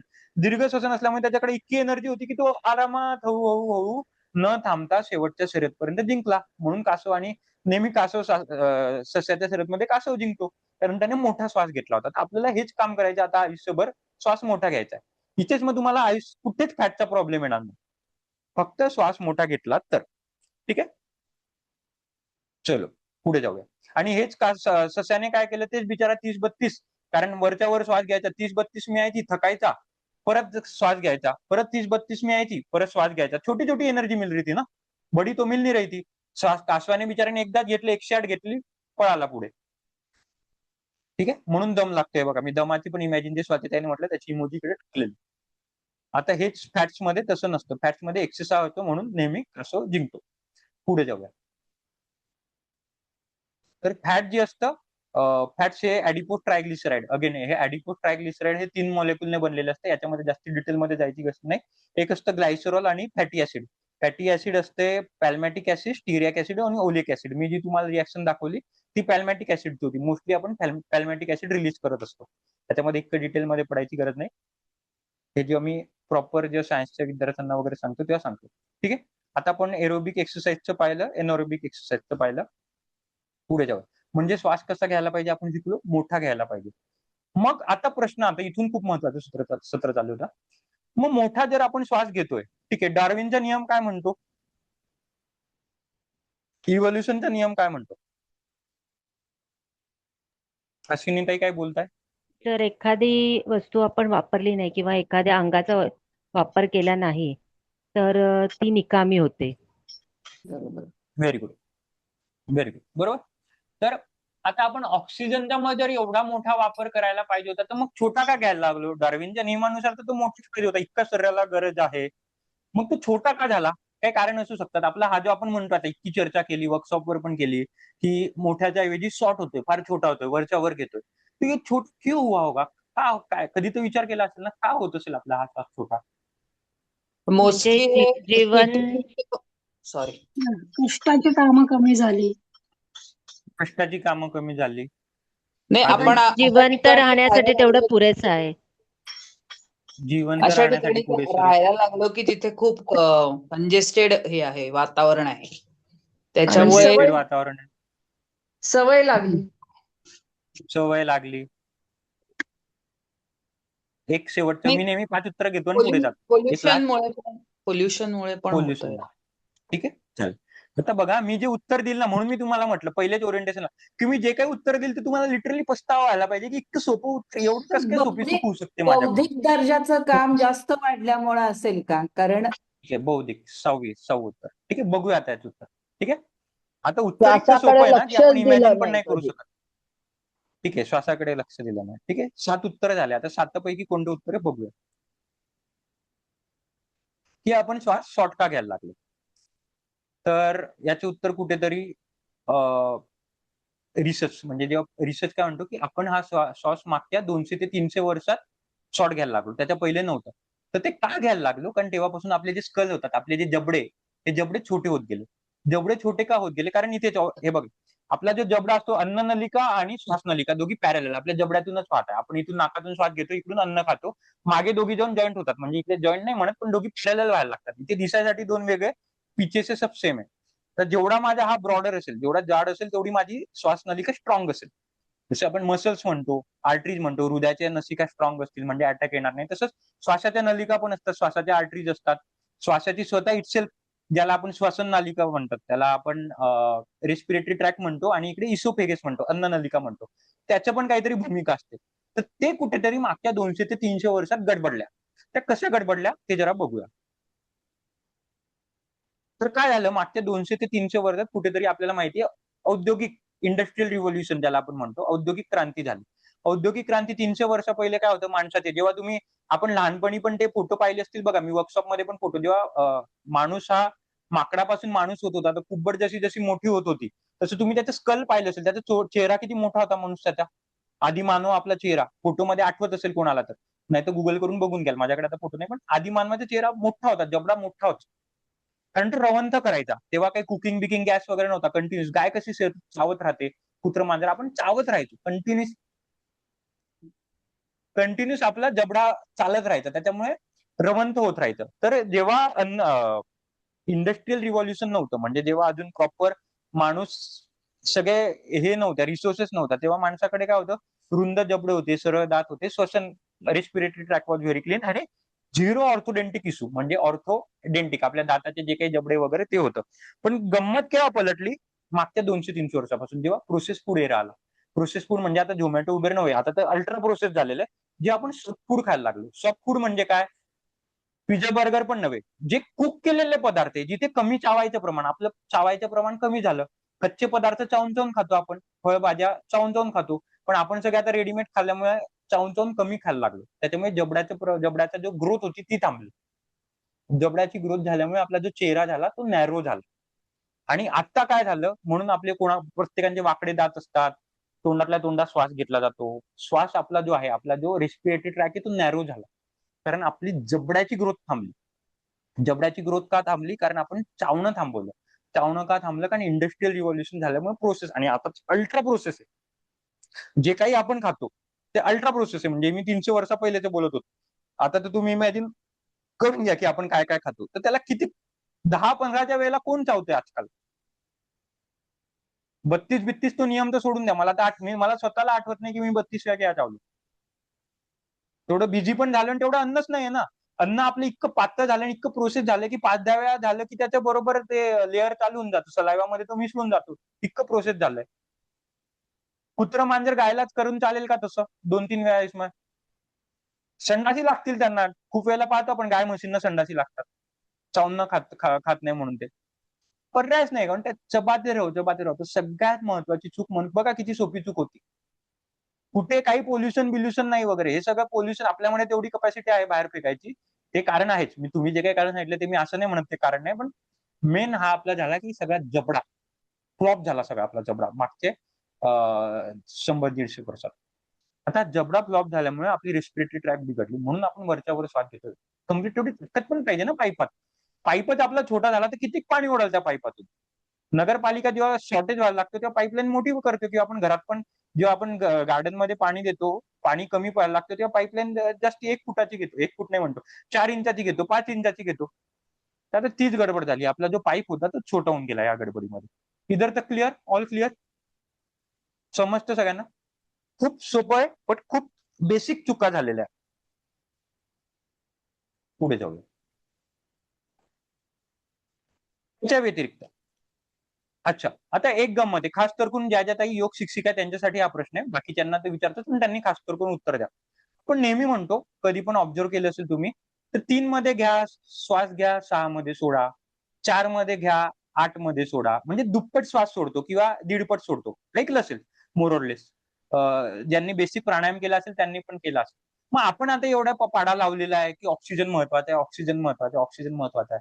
तर ऑक्सिजन 8 मध्ये घ्यायला पाहिजे आणि CO2 4 मध्ये सोडायला पाहिजे ना. ऑक्सिजनवर जास्ती फोकस असला पाहिजे आपला. लॉजिकली कळालं का तुम्हाला मी काय प्रश्न विचारतोय ते? आपण एवढा ऑक्सिजनचा पाढा, आता आपण मागच्या अर्ध्या तासापासून ऑक्सिजनचा पाढा केला, पण फोकस जेव्हा मी म्हणतो, सकाळी पण मी रिव्हर्स काउंटिंगला काउंटिंग दिली, सॉरी ब्रिदिंगला काउंटिंग दिली, ते 4 मध्ये घेतला आणि फोकस 8 ला दिला. मग आहे गणित उलट कसं काय झालं? ते हे प्रश्न मी योग शिक्षिका त्यांना विचारतो की आपण का श्वास हळू सोडतो? सर, ऑक्सिजन जेव्हा आपण 3 रेशोमध्ये घेतो, 3:6, तर 3 ने ऑक्सिजन घेऊन 6 याने आपण कार्बन डायऑक्साईड बाहेर सोडतो. कार्बन डायऑक्साईड डबल सोडल्यामुळे तिथे परत ऑक्सिजन घ्यायला जागा भरपूर होते ना. त्यामुळे हा रेशो ठेवला असेल. बरोबर आहे. बरोबर आहे. उत्तर बरोबर आहे, पण याचं सायन्स मी तुम्हाला सांगतो. सायन्स थोडं वेगळं आहे, पण उत्तर बरोबर आहे. तर गंमत अशी असते की तुम्हाला जर ऑक्सिजन मोठा घ्यायचा असेल, म्हणजे ऑक्सिजन शरीरात जास्ती पाहिजे, आपण आतापर्यंत तेच पाहिलं ना, ऑक्सिजन जास्ती पाहिजे तरच फॅक्ट. तर जोवर आपण CO2, कारण आतापर्यंत आपण ऑक्सिजन वरतीच बोललो, CO2 वरती अजूनपर्यंत तरी चर्चा नाही केली या मोमेंट. पण गंमत अशी असते की ऑक्सिजनपेक्षा CO2 महत्वाचा असतो. आणि जोवर CO2 वरती आपण फोकस देत नाही तोवर ऑक्सिजनला अस्तित्वच नाहीये. कसं? जरा ते बघूया. ठीक आहे. याला मेडिकल टर्मिनॉलॉजीमध्ये CO2 पॅराडॉक्स म्हणतात. आतापर्यंत आपण CO2 ला काय म्हणायचो? CO2 वेस्ट गॅस आहे. नेहमी श्वास बाहेर टाकलेला श्वास असतो. आपण वेस्टच समजत होतो ना CO2. जास्ती ऑक्सिजन असला तर जास्ती इफिशियन्सी होते, पण CO2 काही कामाचा नसतो. आतापर्यंत आपण तेच समजत होतो, पण एक्झॅक्टली उलट असतो. CO2 हा ट्रिगर पॉईंट असतो. तर कसा? आता परत तुम्हाला केमिकल रिएक्शन वरती घेऊन जातो. ठीक आहे. सोपी रिएक्शन आहे. याला बोहर्स इफेक्ट म्हणतात. कोणाला पुढचं वाचन करायचं असेल तर लिहू शकतात, बोहर्स इफेक्ट. ठीक आहे. बोहर एक शास्त्रज्ञ होता, त्याने रिसर्च केला होता. तर जेव्हा आपण CO2 घेतो, म्हणजे जेव्हा आपल्या शरीरात CO2 असतो, तेव्हा आपल्या शरीरात पाणी असतं. रक्तामध्ये आपलं पाणी असतं. रक्त इज 80% पाणी, 75% पाणी. तर जेव्हा CO2 आपल्या पाण्यामध्ये मिसळतो, तेव्हा कार्बोनिक ऍसिड बनते. कार्बोनिक ऍसिड म्हणजेच H+, परत शरीरातली ऍसिडिटी वाढते. आता H+ हा जो आयन बनतो तेव्हा खालची रिॲक्शन, आता तुम्हाला ही खालची दिसते का HbO2? नसेल दिसत ना, मी थांबा काहीतरी करतो कारण खूपच रिॲक्शन खाली गेलेली. आता दिसते ही HbO2, थोडं झूम करतो अगोदर. ही खालची रिॲक्शन दिसते, हो. ठीक आहे, अजून मोठं. तर काय झालं, सगळ्यात पहिले आपला CO2 जो होता, CO2 हा पाण्यात मिसळला, कार्बोनिक ऍसिड म्हणजे H+ रिलीज झालं, आणि हे जे असतं हिमोग्लोबिन, आपलं जे हिमोग्लोबिन असतं ना शरीरातलं रक्त हे ऑक्सिजनला चिकटलेलं असतं, म्हणजे सोबत सोबत दोनों भाई साथ में घूमते रहते. मग आपल्या शरीराला जर ऑक्सिजन, आपण एवढा पाडाला होतो ऑक्सिजन पाहिजे, तर या रक्तातून ऑक्सिजन बाहेर निघाला पाहिजे, तेव्हाच तो एटीपी जे आपण बघितलं माइटोकॉन्ड्रिया पर्यंत पोहोचेल, रक्ताला जो चिकटलेला तो बाहेर निघायला पाहिजे. तर हे जे बाहेर निघायचं काम आहे हे कोण करेल? H+ आयन करेल. आणि हा H+ आयन कुठून आला? Carbon dioxide. जेव्हा H+ आयन सोबत तुमचे HbO2 रिॲक्ट करतं तेव्हा हिमोग्लोबिन असतं आणि उरलेलं ऑक्सिजन वेगळं होऊन जातं. म्हणजे तुमच्या शरीरातला ऑक्सिजन, रक्तातून ऑक्सिजन काढायसाठी कार्बन डायऑक्साइड खूप महत्वाचा आहे. जर तुम्ही कार्बन डायऑक्साइडवर लक्ष दिलं नाही तर तुम्ही कितीही दीर्घ श्वसन घेत राहा, तो ऑक्सिजन रक्तातून बाहेर निघणारच नाही. समजलं इथपर्यंत? कितीही दीर्घ श्वसन घ्या, कितीही काही करा, जोवर तुमच्या कार्बन डायऑक्साइडवर होल्ड नसेल. कार्बन डायऑक्साइडचं काम काय आहे? कार्बन डायऑक्साइड H+ आयन तयार करेल, H हा हिमोग्लोबिन आणि ऑक्सिजनचे जे बॉन्ड आहे तो बॉन्ड तोडेल, ऑक्सिजन को अलग करेंगे, हिमोग्लोबिन को अलग करेंगे. आणि मग हे ऑक्सिजन मग पुढे जाऊन आपण पाहिलं, ऑक्सिजनला जर ग्लुकोज सोबत रिॲक्ट करायचं असेल तर 30-32 मॉलिक्यूल एनर्जी देईल, आणि जर त्याला फॅट सोबत करायचं असेल तर 108 करेल. मग आपण ऑक्सिजनचे रस्ते पाहिले, त्याच्याकडे 2 रस्ते, एक तर जेवायसोबत रिॲक्ट हो बाबा, एक तर फॅट सोबत हो. पण हे रिॲक्शन करायसाठी ऑक्सिजन फ्री तर पाहिजे ना, ऑक्सिजन फ्री कार्बन डायऑक्साइड करेल. म्हणून कार्बन डायऑक्साइड खूप महत्वाचं आहे. म्हणून आपण ज्या दीर्घ श्वसन करतो तेव्हा 4 मध्ये घेतो, 3 मध्ये घेतो, 6 मध्ये सोडतो, 4 मध्ये घेतो, 8 मध्ये सोडतो. म्हणून प्लस सोडायला खूप महत्व देतो आपण. एक डाऊट आहे, Yes, म्हणजे निकिता. आपल्याला त्यांची जोडी तोडणं गरजेचं आहे. जोडी म्हणण्यापेक्षा आपल्या हिमोग्लोबिन मध्ये खूप असतात. आपल्या हिमोग्लोबिन मध्ये प्लेटलेट्स असतात, आरबीसी असतात, WBC असतात, ऑक्सिजन असतात. ठीक आहे. हिमोग्लोबिन बेसिकली तुम्ही काय समजा, एक माध्यम समजा, जशी रेल्वे समजा. रेल्वेमध्ये कलेक्टर पण बसलाय, पोलीस पण बसलेला, TC पण बसलाय, हे सगळे वेगवेगळे लोक रेल्वेतून ट्रॅव्हल करतात. आता मला फक्त कलेक्टरला बाहेर काढायचंय, बाकी नको. प्लेटलेट्स, HBC, WBC, RBC सगळे तुम्हारी जर्नी कंटिन्यू करो, मुझे तो खाली कलेक्टर से काम है. कलेक्टर म्हणजे ऑक्सिजन. आता हे ऑक्सिजनला बाहेर कोण काढेल? CO2 जोन बाहेर काढेल की कलेक्टर भाई साहब आप गाड़ी से उतर जाओ, हमें आपसे काम है, हमें आपको फैट से लड़ाना है. समजलं? खूप सोपं आहे. बेसिक चुका होतात. तर कुठून सगळ्यात पहिले आपण चूक पाहिली की आपले ऑर्थोडेंटिक इश्यू होतात, आणि दुसरी गोष्ट म्हणजे आपण CO2 ला खूप कॉम्प्रोमाइज करतो. CO2 काय नेहमी वेस्ट गॅस असेल, CO2 काय सगळे म्हणजे तुच्छ समजतो आपण, लिटरली तुच्छ शब्द वापरला तरी चालेल. तर तसं नसतं. जोवर CO2 आहे तोवरच सगळे ऑक्सिजन वगैरे ठीक आहे पुढे जातो. म्हणून दीर्घ श्वसन जे की सकाळी पण घेतलं, पहिल्याच दिवशी घेतलं. एक मिनिट ताई, मी थोडं स्पीच करतो कारण मला माझ्या टाइम नुसार मी थोडं मागे आलेलो आहे. तुम्ही प्रश्न लक्षात ठेवा किंवा टाईप वरती करून ठेवा. पुढची सगळ्यात महत्वाची चूक, भटकून बसणे. स्वयंपाक करताना, जेवताना, काम करताना, मोबाईल खेळताना वाकून बसणे. वाकून बसल्याने काय होतं? किती बेसिक चूक आहे. काही आलं पोल्युशन, आलं लाईफस्टाईल वगैरे, बेसिक वाकून सगळेच बसतो. मग ते वाकून बसल्याने काय होतं? देर इज समथिंग डायफ्राम आपल्या हे बघा, हे जे जी मुवमेंट होते ना चॉकलेटी कलरची, ब्राऊन कलरची, ह्या डायफ्राग्राम आहे. ज्यांना माहित नसेल त्यांना. मग आपण जर वाकून बसलो तर हा जो डायफ्राग्राम आहे याच्यावर वजन पडेल, कॉम्प्रेसिला. वाकलो जर याच्या मागे एक्झॅक्टली आपली पाठ आहे, पाठीतून जर वाकलं तर डायफ्राग्रामला पूर्ण असं एक्सपान्शन आणि कम्प्रेस व्हायला एक्सपान्शन होणारच नाही, पूर्ण फुललाच जाणार नाही आणि पूर्ण दाबलाच जाणार नाही. बेसिक चूक आहे. पहिली आपण बेसिक चूक काय पाहिली होती? चावत नव्हतो. दुसरं काय बसतो? वाकून बसायला लागलो आपण, जास्ती वाकायला लागलो, आणि त्यातल्या त्यात परत मोबाईल बिबाईल आला तेव्हापासून तर अजूनच वाकायला लागलो. किती सोपी चूक आहे. म्हणजे श्वास इम्प्रूव्ह करणं किती सोपं आहे. जर चूक सोपी आहे तर इम्प्रूव्ह करणं पण तेवढं सोपं आहे ना. चबाके खाणं आहे, सीधे बैठणं आहे. आपण किती मोठे सोल्युशन शोधत होतो. अजून पुढे खूप छोट्या छोट्या चुका बघूया. ठीक आहे. तर पहिली आपण बघितलं न चावून खाणे, दुसरी आपण बघितलं CO2 ला कॉम्प्रोमाइज करणं, तिसरं आपण बघितलं वाकून बस. आगे जाते. पुढची चूक चावून न खाणे. ते तर मी सांगितलंच की पुरेसे न चावल्याने जबड्याचा व्यायाम होत नाही, जबड्याची ग्रोथ होत नाही. याची मी प्रॉपर इकडे सायन्स पण सांगितलं की कशी वाईट जेव्हा डेव्हलप होतं जर चावून खाल्लं तर, आणि कसं जर नॅरोवर असली तर आपलं जे श्रिंक करते बेसिकली आपलं जे श्वासनलिका असते ती श्रिंक करते. पुढचं जे आहे सगळ्यात महत्वाचं, खास तर करून महिलांचं, विनाकारण बडबड बडबड बडबड बडबड करत राहणे. विनाकारण किती सोपं आहे. विनाकारण बडबड बडबड करत राहणं. तर याच्याने काय होतं, विनाकारण बडबड केल्याने आपली जी CO2 लेवल आहे, मी जे सांगितलं, कारण श्वास फेकायला वेळच नाहीये ना. मी कंटिन्युअस बोलतोय, श्वास घेतोय सोडतोय ना, घ्यायला जागा आहे ना, सोडायला जागा आहे. मग आपण बघितलं फेकायला CO2 जर फेकलाच गेला नाही किंवा CO2 जर आपण हे केला नाही तर ऑक्सिजनला मदत होणारच नाही. दुसरी गोष्ट मी माउथ ब्रिदिंग करतो, माझं तोंड उघडं बोललोय तर माउथ ब्रिदिंग करतोय तर नाकातून मी श्वास घेतच नाहीये. मी पहिलेच ओरिएंटेशनला सांगितलं होतं की आपण नाकातून श्वास घेणं शिकणं. तर माउथ ब्रिदिंग झाल्यामुळे ते वरच्या वरती होतं. कारण माउथ ब्रिदिंग जर झालं तर ते इसोफेगस मध्ये जातं, श्वासनलिकेमध्ये जात नाही तो श्वास. आणि तिसरं म्हणजे शॅलो होतो, कारण फास्ट वरच्या वरती श्वास घेतला जातो. तिसरी सगळ्यात मोठी चूक म्हणजे अनावश्यक गडबड. आणि परत मोबाईल आल्यामुळे ते एक तासन तास दीड तास माहेरी आमकं ढमकं सगळ्या गप्पा आपल्या होत राहतात, असे अवांतर पण होत राहतात. बेसिक चूक आहे. असा श्वास आपला डिस्टर्ब नाही झालेला आहे, आपण त्याला कारणीभूत आहे. Are we clear till here? ठीक आहे, पुढे जाऊया. लास्ट माझ्या मते 3-4 स्लाइड राहिले असतील.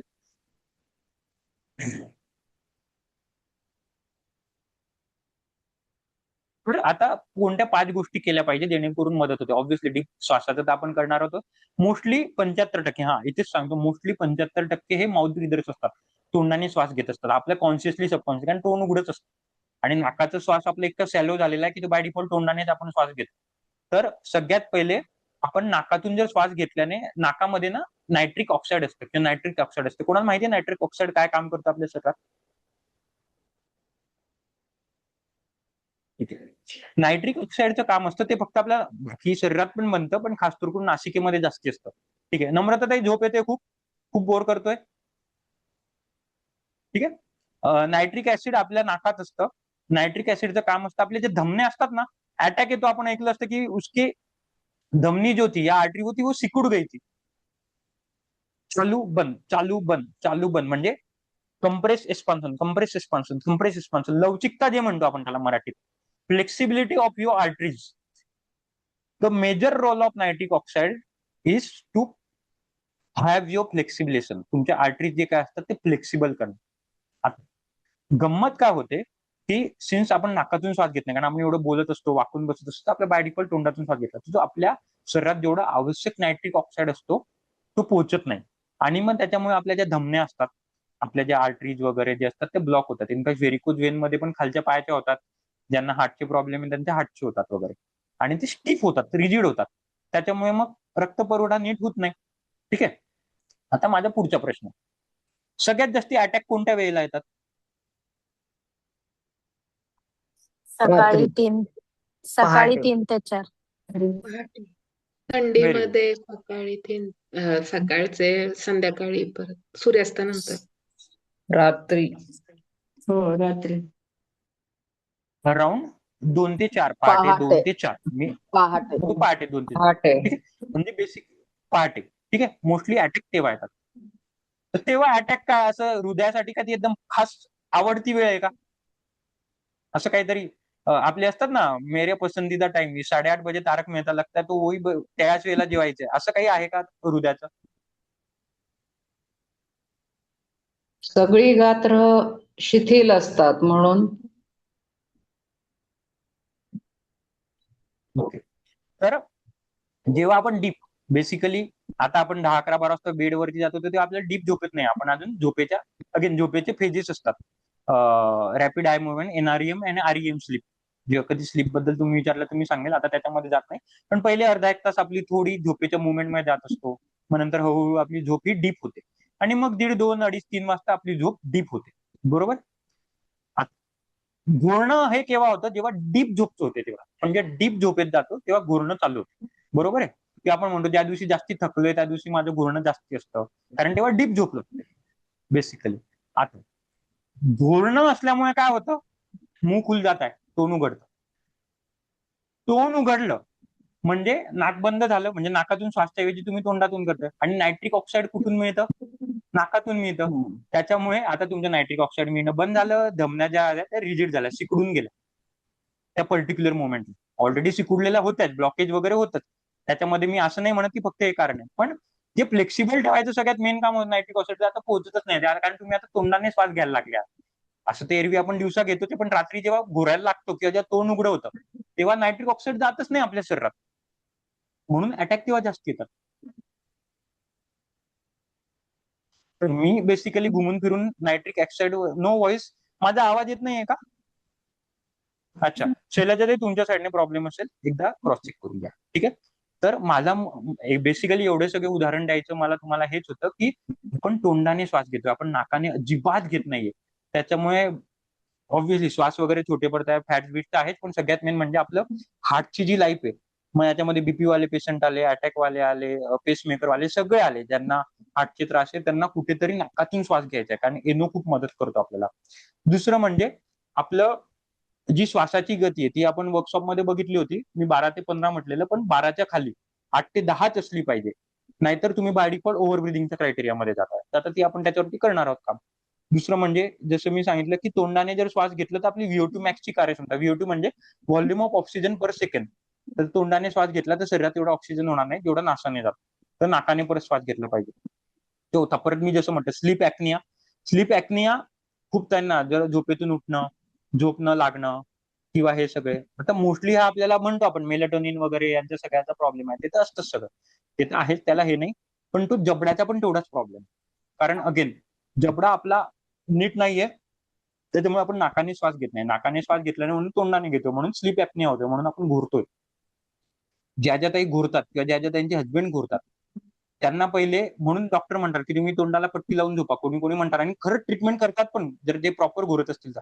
का? कारण they are asking us to do breathing from your nose. ते डेलिबरेटली नाकातून श्वास घ्यायला लावते आपल्याला. आणि हे आपण रात्री, तुम्ही पण बघा, आपलं रात्री झोपेत तोंड उघडून जातं.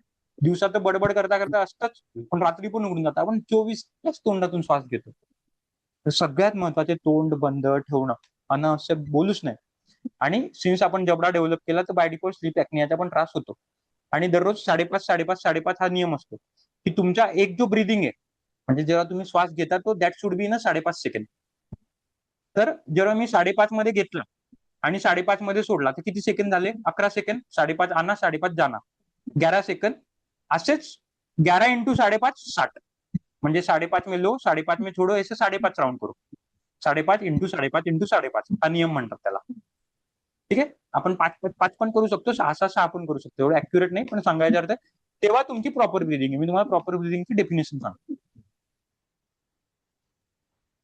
आता आपण काय करू शकतो? सगळ्यात पहिले ओठ बंद ठेवा, तोंड बंद ठेवा. सगळ्यात बेसिक. अनावश्यक गप्पा मारायच्या नाही, अनावश्यक गाणे म्हणायचे नाही. गुणगुणा, तुम्ही बिंदास गुणगुणा. जप करायचं असेल नामाने, मनात गुणगुणा. तोंड अनावश्यक उघडायचे नाही. सगळ्यात बेस्ट इझी टूल आहे. दुसरं काय करायचं? 5.5 जसं मी सांगितलं, 5.5 ने घ्यायचं, 5.5 ने सोडायचं, 5.5 सायंटिफिक मेथड आहे. तिसरं, चबाते रहो, अननेसेसरी चबाते रहो. जर वेळ आहे ना जेवायला, सगळ्यांना उठून द्या, हात धुवून घेऊ द्या, आपण चावत. आताचं लेक्चर अटेंड करताना बिंदास जेवण करत खा, म्हणजे तेवढं तुम्हाला चावायला वेळ. चबाते रहो, जास्तीत जास्त कच्चे फळं खा, कच्च्या भाज्या खा. जितकं चावाल तेवढं तुमचा जबडा चांगला होईल. जेवढा जबडा चांगला झाला तेवढं तुमचं रेस्पिरेटरी चांगली होईल. चबाते रहो, बहुत सिंपल सोल्युशन आहे. पुढचं काय? सरळ बसा. डू नॉट स्काउच, डू नॉट वाकू नका. जे काही तुम्ही स्वयंपाक करताय, बसताना उठताना वाकलेलं अजिबात कामा नये, नाहीतर तुमचं डायफ्राग्राम सिकुडून जाईल. डायफ्राग्रामला प्रॉपर कंप्रेशन आणि एक्सपान्शनला जागा नाही मिळणार. 5वं, जसं मी म्हटलं, CO2च्या जास्ती, हे रंग ज्याला कुंभक पण म्हणतो, CO2चा जास्तीच आपण वापर करायला पाहिजे किंवा कुंभक करायला पाहिजे. आणि 6वा, परत गरजेपुरती बोला, अनावश्यक बोलू नये. आणि एकतरी ऍक्टिव्हिटी स्वरनुसार, परत स्वर विज्ञान मी नंतर घेणार आहे जेवढं आपल्याला आहे, पण आता पुरती एवढं. आता संपायच्या पहिले तुम्हाला मी एक असाइनमेंट देतोय, ज्याचे हवं तर याचं स्क्रीनशॉट म्हणण्यापेक्षा तुम्हाला मी आताच सांगतोय, तुम्ही हे नोट करून घ्या. आता तुम्हाला येणारे 8 दिवस काय करायचे? तुम्हाला तुमच्या श्वासाचे पॅटर्न तुमच्या वहीवर लिहून ठेवायचे. कसे लिहून ठेवायचे? सकाळी उठल्यावर कोणती नासिका चालू आहे, जस्ट रेकॉर्ड. मग आपला समजा क्लास करत असाल लाईव्ह, तर क्लास झाल्यावर कोणती नासिका चालू असते. मग दुपारी जेवताना कोणती नासिका चालू असते, संध्याकाळी कोणती नासिका चालू असते. बस इथे येऊन स्टॉप व्हायचं. रात्री झोपेपर्यंत जायचं नाही. संध्याकाळी 8 वाजता येऊन स्टॉप व्हायचं. तोवर तुमची अशा सगळ्या मंडे, बुधवार, सोमवार, रविवार पर्यंत असं 8 ते 10 दिवसाच्या रिडिंग घ्यायच्या. कोणती नासिका चालू आहे. दिस इज फर्स्ट असाइनमेंट. ठीक आहे. जेव्हा तुमची ऑन अन ऍव्हरेज 8-10 दिवसाची रिडिंग येईल तेव्हा आपल्याला कळेल की तुम्ही कोणत्या तत्वात आहे. हा पहिला असाइनमेंट. आणि दुसरा असाइनमेंट म्हणजे आता खाली मी लिहिलेलं आहे. अगेन तुम्हाला दिसत असेल तर माहित नाही, मी परत स्क्रीन मिनिमाइज करतो. तुम्हाला आता जरी आपण वर्कशॉप मध्ये बघितलं होतं तरी आपल्याला एवढं माहित नव्हतं. तुम्हाला आज आणि उद्यामध्ये, आज तर गेला आजचा दिवस, उद्या आणि परवामध्ये तुमच्या पर मिनिटाला किती श्वास होतोय हे जरा 3-4 वेळा रिडिंग घ्यायचे आणि त्याचे ऍव्हरेज करून मला सांगायचं. म्हणजे एकदा रॅन्डम सकाळी बघा 1 मिनिट टाइम लावून, एकदा रॅन्डम दुपारी बघा, एकदा रॅन्डम संध्याकाळी बघा. समजा 25-30-25 आलं तर तुमच्या अराउंड 25-26 ऍव्हरेज आहे. असं 2-3 दिवस बघा आणि पर मिनिटची रिडिंग तुम्ही मला परवा पाठवाल सगळे, आणि उजवी डावे नासिकेचे तुम्ही मला 10 दिवसाने. याच्याने जो तुमचा पर मिनिट येत असेल आता त्याला आपल्याला कमी करायचं. जो काही तुमचा आकडा येईल, कोणाचा तरी माईक ऑन प्लीज म्यूट करा. जो तुमचा काही पर मिनिटचा आकडा असेल त्याला आपण कमी करणार आहोत दीर्घ श्वसन घेऊन, आणि स्वर विज्ञान जेव्हा शिकू तेव्हा तर बघूया. अशा रीतीने मी माझे 2-5 शब्द संपवतो. आता फक्त सगळ्यांना कळकळ एकच सांगायचं आहे की ऑलरेडी आपण, मी क्लासचा ऍव्हरेज घेतला तर 40-50 वर्ष झाले आतापर्यंत आपण 40 कोटी श्वास घेतलेला आहे मोरलेस. आता आपल्या हातात फक्त 37 कोटी श्वास उरलेला आहे. जर मी 80 ऍव्हरेज आपलं लाईफ स्पॅन पकडलं तर, जनरलाइज बोलतोय आम्ही. आता 40 कोटी जे घेतला माहित नव्हतं, पण आता हा 37 कोटी कसा घ्यायचा आता हे आपल्या हातात आहे. तर आता याच्या पुढे जे काय असेल त्याला आपणच रिस्पॉन्सिबल असणार आहे. आता सगळं माहिती पण झालं आणि किती सोप्या सोप्या गोष्टी होत्या. सरळ बसायचं, चावून खायचं, अनावश्यक बोलायचं नाही. तर प्रश्न हा नाहीये की तुम्ही श्वास घेताय की नाही, क्वेश्चन इज तुम्ही श्वास कसा घेत आहात. असे बोलून माझे 2-5 शब्द संपवतो. बरोबर 10 वाजता आपलं सत्र संपलं आहे. मला असं आहे, सर प्लीज एक मिनिट घेईल प्रश्न घेईल. मला एंड सांगता करायला हवी. एंड अच्छा, तुम्हाला प्रेझेंटेशन हवंय? नाही, हा पीपीटी सर तुमची पीपीटी प्लीज शेअर करा. आणि फक्त मला एक सांगा की तुम्ही जी 5 तथ्य शेवटी सांगितलीत त्यातलं पहिलं तथ्य, नाकाने श्वास घेणे, अनावश्यक न बडबडणे, सरळ बसणे, अन्न चावून खाणे, 4 गोष्टी झाल्या. 5.5:5.5 5.5:5.5 5.5 में सांस लो, 5.5 में सांस छोड़ो, ऐसा 5.5 टाइम करो. म्हणजे बरोबर 1 मिनिट होतो. अच्छा, म्हणजे श्वास घेण्याची पद्धत हे तुमचं 5वं तथ्य का? एक्झॅक्टली. ते एवढं नाही केलं तरी चालेल, ते थोडं डिफिकल्ट आहे आणि त्याला थोडा श्वासाचा लागेल. 4 आपल्या हातात आहे की नाही, पहिल्या 4. ठीक आहे. तर असं बोलून मी माझे 2-5 शब्द संपवतो. मला असं आहे, डोळे उघडले असतील आणि पश्चाताप झाला असेल की इतक्या छोट्या चुका केल्या, छावून खाल्लं नाही, याचे एवढे परिणाम असू शकता का, याचा एवढा मोठा फटका बसू शकतो का. आतापर्यंत आपण बघितलं होतं की जेवण पचलं नाही तर अन्न अंगी लागत नाही, हे नाही लागत. वाकडं बसलं, खाली वाकून बसलो तर पाठ उबड होते वगैरे. पण दुनिया बहुत अलग आहे, सायन्स बहुत अलग आहे, आणि हेच सायन्स समजायला आपण इकडे आलो. म्हणून मी म्हणतो की ज्या ताईंना जरी सकाळी जमत नसेल तरी रात्रीचं सत्र नक्की अटेंड करायचं. इथेच तुमचे पैसे वसूल, पैसे काय वेळ सगळं वसूल आहे तुमचं. ठीक आहे. 2-5 प्रश्न असतील, मी पटकन 2-3 प्रश्न विचारतो, बाकीच्यांनी मला व्हॉट्सअपवरती चॅटवरती टाकायचं. तुम्ही म्हणालात तसं असं करून बघितलं ना तर दादा, माझी डावी नाकपुडी बंद असते बऱ्याचदा आणि उजवी चालू असते. आता मला कोणीही रिडिंग सांगायची नाही, आपण एक याच्याहून जनरलाइज करणार नाही. मी तुम्हाला 8 दिवस दिलेले. रिडिंग नाही तर हे बंद कर, कायम बंद असते ना, सकाळ दुपार संध्याकाळ केव्हा. 8 दिवसाने आता जेव्हा तुम्ही मला 8 दिवसाची रिडिंग, तुमचं मला अभ्यास कराल ना होमवर्क, तेव्हा मला कळेल की नेमकी कोणत्या वेळेला बंद असते आणि तुम्हाला पण कळेल. आता आपण काय करतो, एरवी नुसतं सहज चालता चालता फिरता बघतो, पण जेव्हा प्रॉपर पॅटर्न असतील ना की जेवताना तुम्हाला बरोबर कंपॅरिझनला येऊन जाईल की सोमवारी कोणती होती, दुपारच्या जेवणाला कोणती होती, रात्रीच्या जेवणाला कोणती होईल, मग बसली होती मी क्लास केला तर केव्हा होती, असं तुम्हाला जनरलाइज. आपण 1-2च्या डेटावरून नाही बोलू शकत. जेव्हा म्हणून तुम्हाला 8 दिवस दिलेले, बरोबर आजचा मंगळवार आहे, आपण बरोबर पुढच्या बुधवारपर्यंत तुम्ही मला आठवणीने तुमच्या कागदावर वहीवर लिहून याचा फोटो पाठवायचा. तेव्हा मी प्रत्येकाला सांगणारच आहे की आपण स्वर विज्ञानावरती बोलणारच आहे. फक्त आता तुम्हाला मी ऑब्झर्वेशन करायला लावले, फक्त एक होमवर्क देऊन ठेवलेला. ठीक आहे. आता आपण ते कसं करायचं, काय करायचं त्याच्यावरती येत नाही. ठीक आहे. Yes sir, Ashwini. सर ते होमवर्क करायचं जे आहे ना त्याचं चार्ट किंवा काहीतरी ते ग्रुपवर शेअर करा ना, म्हणजे नक्की त्या काय फॉर्मॅटमध्ये, म्हणजे तुम्ही काय विचारलं हे लक्षात आलंय, पण आता समजा सकाळी कुठली नाडी आहे, मग किंवा दुपारी कुठली नाडी आहे, किंवा तुम्ही जे फॉर्मॅट तयार केला असेल ना ते जर दिलं तर थोडं सोपं होईल. चल, आता मी याच्यामध्ये काय मुद्दामून मी फक्त पीडीएफ टाकणार आहे, प्रेझेंटेशन टाकणार, त्याच्यात ते मिळेलच तुम्हाला जे मी आता होमवर्क दिलं.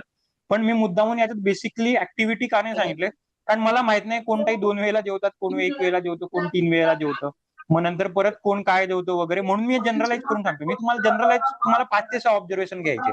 परत सांगतो, म्यूट करा प्लीज सगळ्यांनी.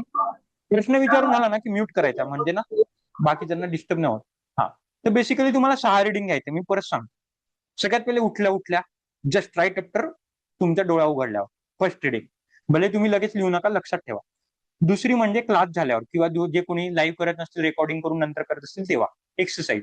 जे आता जिमला वगैरे जात असतील, वॉकिंगला, उद्यापासून आपली वॉकिंग पण चालू होईल परवापासून, तर त्याच्यानंतर. तिसरी म्हणजे स्वयंपाक बनवताना. चौथी म्हणजे दुपारी जेवताना, जे आताही दुपारी जेवत असतील त्या. 5वी म्हणजे संध्याकाळी एक 5-6 वाजता अराउंड, जेव्हा आपण दिवा लावतो, किंवा थोडं एक 5:30-6 वाजता सूर्यास्ताच्या वेळेला, बस. आणि 7वी जेवण झाल्यावर रात्रीचं. त्याच्या पुढे 8 वाजेच्या पुढे जायचं नाही, मी आत्ताच सांगतो. म्हणून अस्मिता ताईंचं मी घेतलं नाही. आता त्याची मी तुम्हाला सायन्स पण सांगतो. 8 वाजेच्या पुढे काय होतं, मोस्टली सगळ्यांची, मी आत्ताच उत्तर सांगतो, पण मला उत्तर सांगायचं नव्हतं. मोस्टली सूर्यनाडीच चालू राहते आपण, ठीक आहे. सूर्यनाडी चालू झाल्यामुळे मग मी काय म्हणतो, आपल्याला झोपेसाठी चंद्रनाडी ऍक्टिव्हेट पाहिजे. तेव्हाच आपल्याला थंड मामा आहे ना, मला शांत मामा आहे. मग आपली असते सूर्य. मग ती सूर्य चालू आहे, ह्या टेन्शनने आपल्याला जी झोप यायची असते ती पण येत नाही. आपण तो भाऊ करायला लागतो की अरे माझी तर सूर्य चालू आहे. पण मी 8 वाजता तिथेच थांबायला लावतो. जी चालू आहे ती चालू राहू द्या. 8 के पहले कोई गलती से भी नाक पे हाथ लेके जाएगा नहीं. ठीक आहे. या 5 ते 6 प्रामुख्याने रिडिंग घ्यायच्या. बाकी मी प्रेझेंटेशन आणि रेकॉर्डिंग उद्या ग्रुपवर टाकणारच आहे, त्याची काळजी घेऊ नका. आता जो लेक्चर झाला त्याच्या स्लाइड दादा, मला विचारायचं होतं की ते जे उत्सर्जन, म्हणजे जे आपण कार्बन डायऑक्साईड सोडतो ना, तर असं प्रिन्सिपली म्हणतात का की जितकं तुमचं एक्झलेशन चांगलं तितके आजार कमी? Exactly true. बिकॉज तेव्हा तुमचा ऑक्सिजन चांगला. मी काय म्हटलं, ऑक्सिजन स्वतः, हे बघा, ऑक्सिजन म्हणजे आपलं लहान भाव. जर घरचे आई वडील चांगले असतील, स्वतःच्या पायावर उभे असतील, चांगले हे लागेल, तोवर मुलगा चांगला. मुलाला तुम्ही काहीही करा, किती बोर्डिंग स्कूलमध्ये घाला, कितीही काही क्लास लावा, पण शेवटी आई बाबा इज द मेन. तर तसं CO2 आहे तुमचं. म्हणून मी सांगितलं की ऑक्सिजनचं स्वतःचे एक्झिस्टन्स काही नाही, मुलं बाळांचं स्वतःचे एक्झिस्टन्स काही नाही. त्याची आयडेंटिटी त्याचे आई वडील आहे. आयडेंटिटी तुमचं CO2 आहे. Entire thing depends on your CO2, bores effect. तर त्याच्यामुळे आपण म्हणून म्हणतो ना, 4 घेतो, 8 वर का भर देतोय, 3 घेतो, 6 वर का? ज्यादा भर वहां पे, ज्यादा इंटेंसिटी उसमें क्यों डाल रहे, एक्सिलेशन में डाल रहे, CO2 में. आतापर्यंत सगळ्यात जे नॉर्मल करतात ते CO2 ला आपण एकदम बाह्यात तुच्छ समजतो. काय वेस्टच तर गॅस आहे ना. तसं नसतंय. जोवर आई वडील घडणार नाही तोवर मुलं घडणार नाही. जोवर CO2 आपला इम्प्रूव्ह होणार नाही तोवर लहान मुलं हे नाही होणार. म्हणजे ऑक्सिजन आपला चांगला राहणार. आणि ऑक्सिजन एकदा चांगला असला तर ते बघितलंच, प्राण असतो, एनर्जी असते, फॅट्स नाही होत, सगळं शरीराला एनर्जी, मग ते तर ऑब्व्हियसली व्याधी नाही होणार. येस, तेच सायन्स आपण बघितलं. CO2 काय करतं, ऑक्सिजनला रक्तातून ओढून आणतं, कलेक्टरला रेल्वेतून ओढून आणतं. कसं वाटलं सत्र? मला ते कोणी सांगितलंच नाही. सर, तुम्ही म्हणालात तसं की एक मराठीत म्हण आहे, काखेत कळसा आणि गावाला वळसा. म्हणजे हे आपले नेहमीच सांगितलं जातं की ताठ बसा, अन्न चावून खा, हे किंवा कमी बोला. पण याच्या मागचं नेमकं शास्त्र काय आणि ते किती महत्वाचं आहे हेच मुळे आतापर्यंत आम्हाला माहिती नव्हतं. आणि नेमक्या ह्या गोष्टी आता कळाल्या.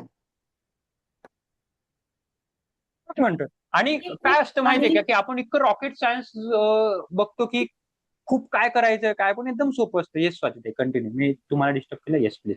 म्हणजे ज्या गोष्टी आपल्या हातात आहे की ज्या सहजपणे आपण करू शकतो, आणि पूर्ण आरोग्यच म्हणजे शारीरिक मानसिक सगळंच आरोग्य आपण याच्यामध्ये, या 4 गोष्टी, ती 4 तथ्य तुम्ही जी सांगितली, त्या 4 तथ्यांच्या आधारे आपण आपलं पूर्ण शारीरिक मानसिक बौद्धिक सगळंच आरोग्य छान सुधारू शकतो.